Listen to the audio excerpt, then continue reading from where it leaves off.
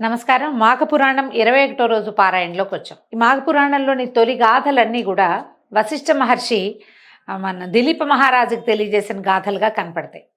కొన్ని గాథలు సూత మహాముని ఋషులకి మునులకి నైమిషారణ్యంలో చెప్పిన గాథల్లాగా కూడా కనిపిస్తాయి. అయితే ఇప్పుడు ప్రస్తుతం మనం చదువుతున్న గాథ ఏంటంటే, దత్తాత్రేయ స్వామి వారు త్రిమూర్త్యాత్మక స్వరూపుడు బ్రహ్మ విష్ణు మహేశ్వరుల అంశతోటి జన్మించాడు.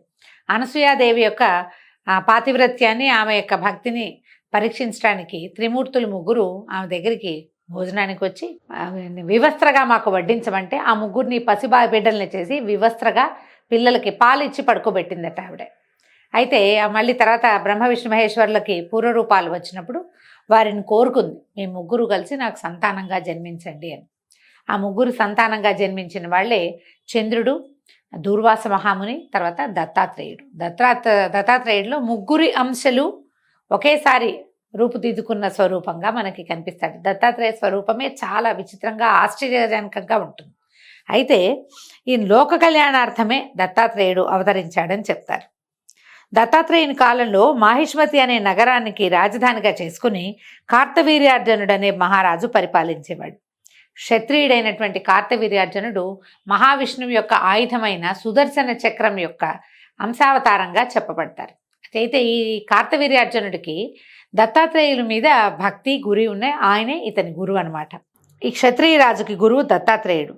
క్షత్రియుల్లో మేటి అనిపించుకున్న కార్తవీర్యార్జునుడు ఒకసారి తన గురువు అయినటువంటి దత్తాత్రేయుల వారి ఆశ్రమానికి వెళ్ళి, మీ దయ వలన అనేక విషయాలు ధర్మ సందేహాలకి సమాధానాలు తెలుసుకున్నాను, కానీ మాఘమాస విశిష్టత, మాఘమాస వ్రత విధానం గురించి నాకేం తెలీదు, దాని గురించి తెలియజేయమంటే అప్పుడు దత్తాత్రేయుల వారు కార్తవీర్యార్జునుడికి తెలియజేసిన గాథని మనం వింటున్నాం.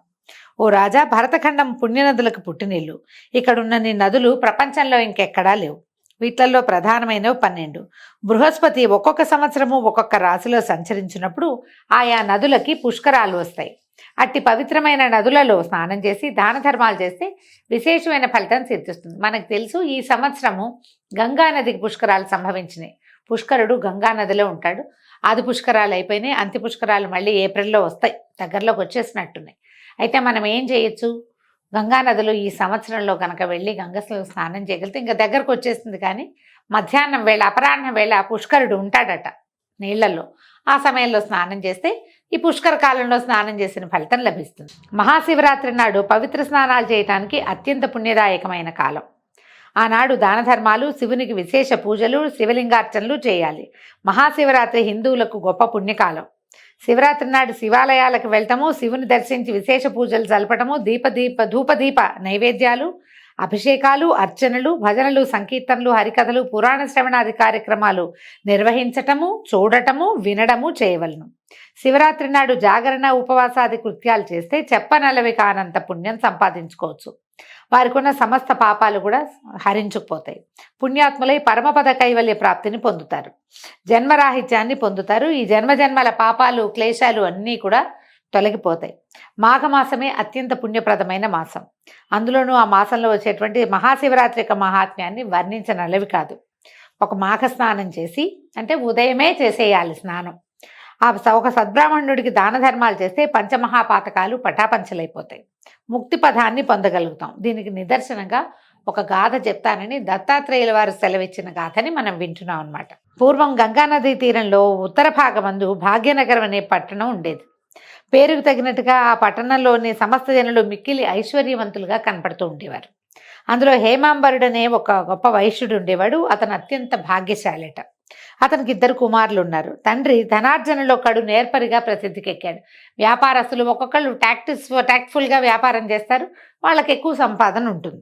దానికి విరుద్ధంగా కుమారులిద్దరూ ఖర్చు పెట్టడంలో అత్యంత నేర్పరులుగా ఉన్నారనమాట. ఎంత బాగా డబ్బులు ఖర్చు పెట్టచ్చో వాళ్ళని చూసే నేర్చుకోవచ్చట. డబ్బు సంపాదించడం నేర్చుకోండి ప్రతిరోజు కొడుకులిద్దరికీ హితబోధలు చేసేవాడట హేమాంబరుడు. కానీ వాళ్ళిద్దరూ వినిపించుకునేవాళ్ళు కాదు. నాన్న ఎప్పుడు ఇలాగే అంటుంటాడని పట్టించుకునేవాళ్ళు కాదు. ఎంత దూషించినా, తండ్రి తిట్టిపోసినా దులుపుకుని వెళ్ళిపోయేవాళ్ళు. మళ్ళీ మధ్యాహ్నానికి మామూలే అనమాట. మరికొంతకాలానికి వార్ధక్యం మీద పడ్డంతో హేమాంబరుడు మరణించాడు. కుమారులిద్దరూ ఆస్తిని సమభాగాలుగా చేసుకుని ఇష్టానుసారంగా వ్యవహరిస్తూ ధనాన్ని దుబారా చేయటం మొదలుపెట్టారు. ఒక వ్యాపారం నడుస్తూ ఉండి ఖర్చు కూడా పెడితే ఖర్చు వ్యాపారం కొంచెం సమానంగా ఉంటాయి. వ్యాపారం చేయకుండా ఖర్చే పెడితే ఇక సమానం ఏం లేదు, అంతా అయిపోవటమే. వీళ్ళ సంగతి కూడా అలాగే అయిందట. దుష్ట సావాసాలతోటి చెడిపోయారు ఇద్దరు. చెరొక వంపుడు గత్తెను ఉంచుకొని నిత్యము సరస్సల్లాపాలతోటి మునిగి తేలుతూ ఉండేవాళ్ళు. వ్యభిచారులే కులభ్రష్టులైపోయారు. చిన్న కుమారుడి తాలూకు స్నేహితురాలు పక్క గ్రామంలో ఉండటంతో అతను ఏం చేసేవాడు, నిత్యము గంగా నదిని దాటి వెళ్ళేవాడట. వస్తూ పోతూ ఉండేవాడు. కొంతకాలానికి ఏదో పని మీద అడవికి పోయినటువంటి పెద్ద కుమారుడు పులివాత పడి మరణించాడట. చిన్న కుమారుడు కూడా యాదృచ్ఛికంగా తన స్నేహితురాలతోటి విహారానికి వెళ్ళి పాము కాటు వల్ల చనిపోయాడు. అయితే ఏమైంది, ఇద్దరు ఒకేసారి మరణించారు. ఇంచుమించుగా ఒక రోజులోనే అయ్యిందనమాట. ఇద్దరు ఒకేసారి మరణించడంతో ఈ మన యమదూతలు వచ్చి వీళ్ళిద్దరిని తీసుకుపోయారు. తీసుకుని చిత్రగుప్తుడి ముందు నుంచోబెట్టాడు. చిత్రగుప్తుడు వాళ్ళిద్దరి పాపాలని చిట్టాలు తీశారు, పరిశీలించారు. పెద్ద కుమారుని వాడు చేసిన పాపాలకి నరకంలో వేసి శిక్షించండి అని ఆజ్ఞాపించాడు. చిన్న కుమారుని మాత్రం వీడిని స్వర్గాన్ని పంపించండి అన్నాడు. అనేసరికి పెద్ద కుమారుడు అడిగాడు, అయ్యా మేమిద్దరం అన్నదమ్ములం, ఒకే తండ్రి పిల్లలం, ఇద్దరం ఒకే తరహాలో పాపాలు చేసాం. మేమిద్దరం మా నాన్న మాట ఏనాడు వినలేదు. మాకు పూజ భక్తి ఏమీ లేవు. మేము ఏనాడు ఉపవాసాలు తీర్థాటనలు ఏమీ చేయలేదు. నేను ఎలాంటి వాడినో వీడు కూడా అలాంటి వాడే. వాడిది దుర్మరణమే, నాది దుర్మరణమే. నాకు కూడా అన్ని రకాల దుర్వ్యసనాలు ఉన్నాయి.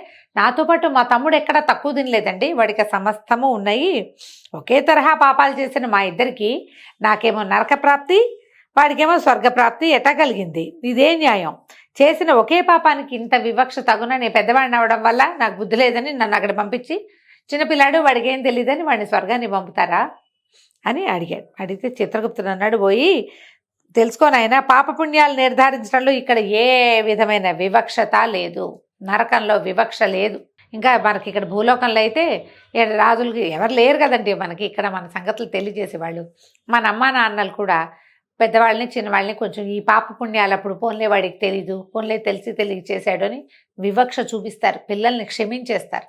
కానీ యమధర్మరాజు క్షమించడండి. అమ్మైనా నాన్నైనా కొడుకైనా పెద్దాడు చిన్నాడు తేడా లేదు. ఎవరినైనా సరే ఒకటే రకంగా చీల్చి చెండాడి వీడు చేసింది ఇది మంచి ఇది చెడు, ఇందులో ఒక్క ఆవగించంత మంచి చేశాడు కాబట్టి కొద్ది రోజులు స్వర్గం వాసన చూపించి తీసుకురండి అని తీసుకొస్తారు. అక్కడ ఏ తేడాలు ఉండవు. నువ్వేం చెప్తున్నాడు, ఇక్కడ అన్యాయం జరగటం అంటూ ఏముండదు. నువ్వు చేసిన పాపాలకి నరకమే ప్రాప్తిస్తుంది. కానీ నీ తమ్ముడు ఏం చేసేవాడు, నిత్యము తన స్నేహితురాలను కలుసుకోవడం కోసం పడవ మీద గంగా నదిని దాటేవాడు. గంగా నది అంటే పెద్ద నదిగా ఏముండదండి, అటువైపు పరివాహ ప్రాంతానికి అవతల వైపు ఉంటే మధ్య మధ్యలో చిన్న చిన్న లంకలు గ్రామాలు ఉంటాయి. పడవ వేసుకుని వెళ్ళేవాడు. ఈ పడవలో వెళ్ళేటప్పుడు నదిని దాటేటప్పుడు గంగానది కెరటాల తాకిడికి చిందిన నీటి బిందువులు అతని నెత్తి మీద పడేవి. ఈ నదిని దాటడం వల్ల నెత్తి మీద గంగాజలం పడుతూ ఉండేది. దానివల్ల పాపాలన్నీ ప్రక్షాళన అయిపోతూ ఉండేవి. ఇతను పైగా ఏం చేశాడు, శివరాత్రి నాడు కూడా గంగను దాటాడు. శివరాత్రి నాడు వీడు చూడండి ఒక దుష్కార్యం చేయడానికి స్నేహితురాలను కలగడానికి. మామూలుగా శివరాత్రి అంటే ఉపవాసాల రోజు కాదండి, ఉపవాసము బ్రహ్మచర్యము నియమబద్ధంగా చేయాలి. ఇలాగా ధర్మ ప్రకారంగా చేసుకున్న భార్య కాకుండా ఎవరో స్త్రీని కలవడానికి నిర్లజ్జగా బయలుదేరాడు వాడు. అయినా సరే ఆ గంగానది దాటేటప్పుడు ఏమైందట, కొన్ని నీటి బిందువులు చింది వీడి నెత్తి మీద పడ్డాయి. పైగా అది మాఘమాసం, దాంతో వీడు చేసిన పుణ్యాలన్నీ పటాపంచలైపోయి వీడు పుణ్యాత్ముడైపోయాడు. అందుకని ఇతనికి స్వర్గప్రాప్తి లభించింది. అది కాకుండా ఇతనికి ఆప్తమిత్రుడు ఒక బ్రాహ్మణుడు. ఈ చిన్నవాడికట ఒక చాలా ఇష్టమైన స్నేహితుడు ఉన్నాడు. ఆయన ఒక బ్రాహ్మణుడు, ప్రతిరోజు అతన్ని చూసేవాడట. నిత్యము బ్రాహ్మణ దర్శనం చేస్తే గనక గోహత్యాది మహాపాపాలు కూడా నశిస్తాయి. పైగా ఏం చేసేవాళ్ళు, వాళ్ళిద్దరూ కలిసి స్నానానికి వచ్చేవాళ్ళట. అతనితో కలిసి కాలకృత్యాలు తీర్చుకోవడానికి వస్తే ఈయన కాలకృత్యాలు తీసుకుని గట్టు మీద కూర్చుంటే ఆ బ్రాహ్మణ ఆయన నదిలో స్నానం చేసి గాయత్రి సంధ్యావందనం చేసుకుంటూ ఉండేవాడు. ఆయన గాయత్రి పైకి ఉచ్చరించుకుంటూ ఉండేవాడు. ఆ ఉచ్చారణంతా ఈ మన చిన్నవాడు వినేవాడట. అందుకని అతనికి స్వర్గలోక ప్రాప్తి సిద్ధించిందని చెప్పారు. మాఘమాసంలో నదీ స్నానానికి ఎంత నది నీళ్లు పడినా ఎంత పుణ్యం లభిస్తుంది, ఎత్తి మీద పడాలి, అది ఇంపార్టెంట్.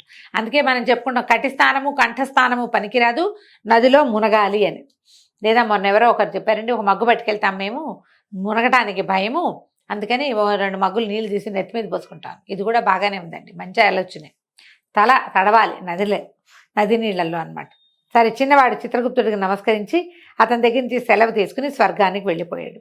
ఇది మాఘమాసంలోని నదీ స్నాన మహిమ అని చెప్తున్నారు. ఇందులో ఆయన ఎవరో గాయత్రి చేసుకుంటుంటే విన్నవాడికి కూడా ఫలితం లభిస్తుందంటే నామపారాయణ గురించి చెప్పుకుంటా ఉండి మనం. ఎవరైనా భజన చేస్తున్నారు, నువ్వు భజన చెయ్యవు నోటితోటి, కానీ వాళ్ళని ఏమీ అనకుండా, ఏమిటి దిక్మాల భజనలు, ఈ గోల ఏమిటి, ఈ మైక్ ఏమిటి అని అనకుండా ప్రశాంతంగా విను, నీకు పుణ్యం లభిస్తుంది. ఎప్పుడైనా ఒక మాట అదేదో మంచి ట్యూన్లో ఉంది, బాగుంది, సడన్గా నీకు నోటికి కూడా 4 మాటలు వస్తాయి, 4 పదాలు వస్తాయి, పైకి అను, అది కూడా మంచిది. అసలు కలియందు నామపారాయణే చాలా ముఖ్యమైనదిగా చెప్తారు.